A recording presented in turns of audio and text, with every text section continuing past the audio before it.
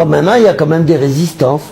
Par exemple, Macron, il a envoyé des ambassadeurs en Afrique noire, ambassadeurs LGBT, c'est-à-dire pour prôner et mettre en valeur l'homosexualité.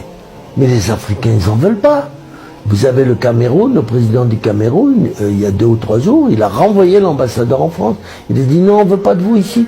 Ambassadeur de l'homosexualité, ils n'ont pas besoin de ça. Les Noirs, ils ont d'autres problèmes quand même. Bon, donc il se passe des trucs, mais c'est le diable qui est derrière tout ça. Tout derrière tout ça. Et croyez-moi, pratiquement tous ceux qui nous dirigent, pratiquement, à quelques exceptions près, ils sont tous au service du diable. Et tout à l'heure, on parlait des pédocriminalités. Et d'après vous, comment on peut arrêter ces crimes? Comment on peut vraiment faire quelque chose? On ne peut pas arrêter ça.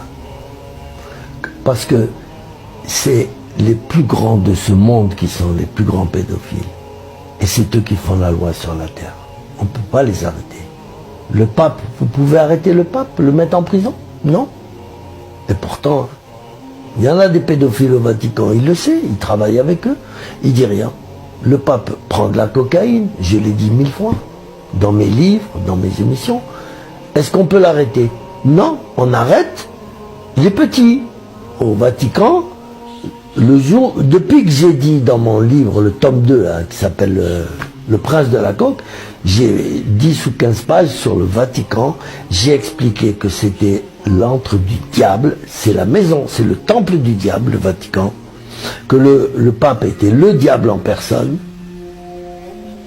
sous une forme humaine, et qu'il prenait de la cocaïne. Et en même temps, j'ai rajouté que le Vatican était le premier importateur de cocaïne en Europe. Et qu'ils importaient ça pour la mafia italienne, avec l'accord de la police italienne, enfin du grand chef de la police.